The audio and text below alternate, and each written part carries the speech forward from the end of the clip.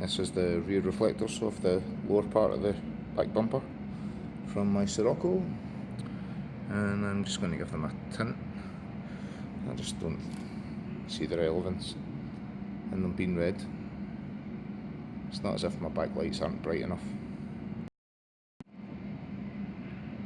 There we go, that's about half an hour later. I've gave them 3 light coats with 10-minute intervals. So I'm going to give them another coat in another couple of minutes. Then I'll check on them in the morning. Here we go, the following morning has come. They're looking a bit darker actually on film than they are in real life. So I'm going to give them a little, maybe one more coat. Then hopefully that'll be them. Here's the location that these reflectors go.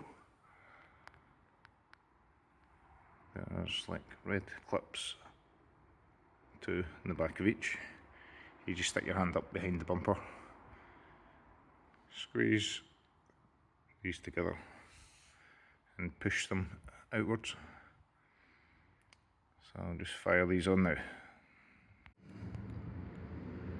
There we go, back in the bumper again. They look bloody awesome.